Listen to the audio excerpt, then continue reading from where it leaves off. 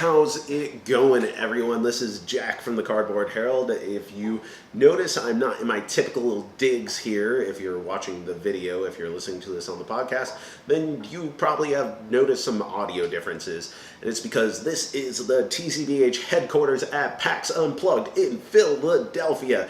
This is an awesome time to talk about Pocket Mars, a game that I brought on my trip to PAX Unplugged here. We actually haven't started the convention yet, and I'm recording this on the day that I made my long trek from Juneau, Alaska to PA, and hopefully I won't be too loopy. Now, I brought this game along with a couple others. I had Tiny Epic Defenders, my favorite Tiny Epic game, and then Wish You Were Here by the Enigma Emporium, who sent me this cool little escape room in a box or escape room in an envelope game. They did a Kickstarter for this. I think they're going to be doing another one soon, and they wanted to see if I was interested in checking that one out. And so they sent me a copy of this one as kind of like a preemptive thing. So I'll be checking that out.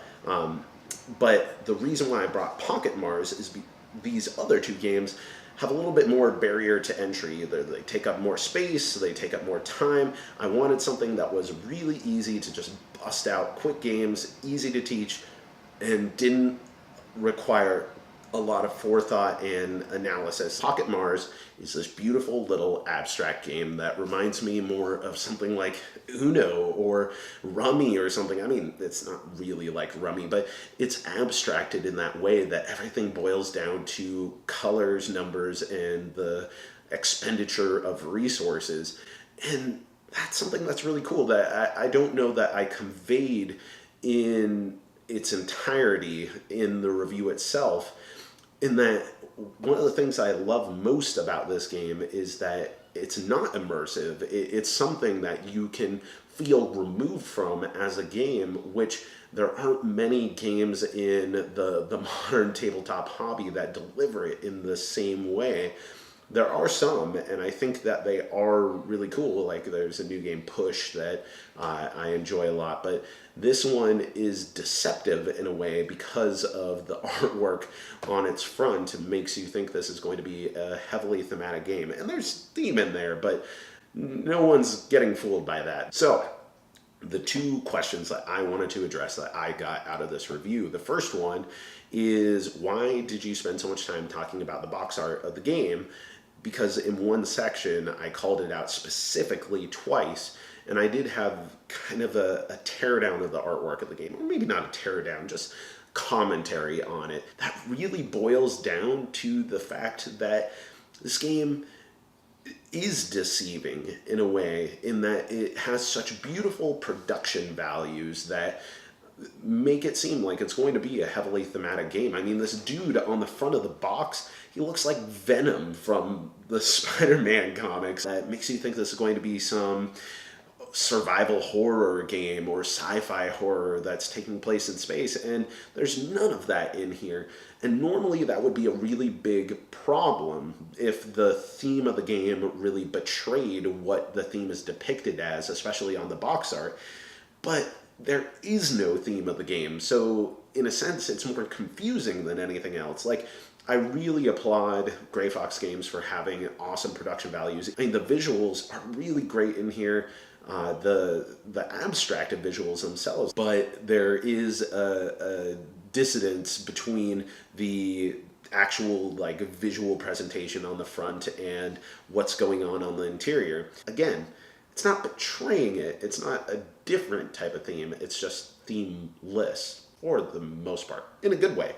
I like the abstraction in this game. It fits a niche that other games don't, which is clearly why I brought it along with other very immersive, very thematic games. The second question that I got was about solo games. Jack, why are you spending so much time on solo games in your review? It's because I dig solo games now. I didn't used to. It's been about a year or so since I've really become a solo games convert, and if you haven't watched it, I just put up another video, Cardboard Cutouts series, where we do recommendations on a topic, and in this case, it was 3 games that I love to play solo. And I've realized in recent times that playing games solo provides a different thing than other types of multiplayer gaming. There are situations where I would sometimes rather play a game solo as the activity that I want to pursue. I mean, games for the most part for me are a social medium, but as more and more games have really good solo modes, it is worth commenting on and exploring and seeing what it does to make that interesting and how does it evoke the overall concept of the game without necessarily just being a rehash of the multiplayer game, or in some cases doing a really good job of being a rehash of the multiplayer game. And Pocket Mars swings in this regard, but it also misses. I mean, it changes things up. There's a clever system in there. I just don't like it. It's not intuitive. It's not as fun. You have to reference the rule book a lot, and you're too often thinking from the perspective of the AI. But there's a significant enough population that play games, or can now play games because of specifically designed solo modes, that deserve to know whether a game is good or not for them. And because it's also something of interest to me, I want to integrate that into a review. Am I always going to do a solo mode review? I don't know.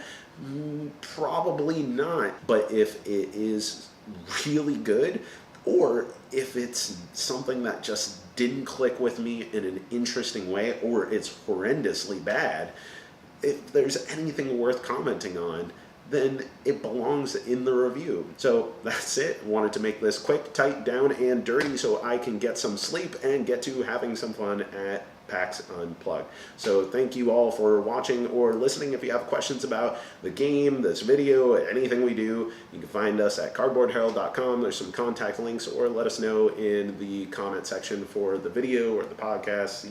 You will figure it out. Thanks for watching. I've been Jack for the Cardboard Herald.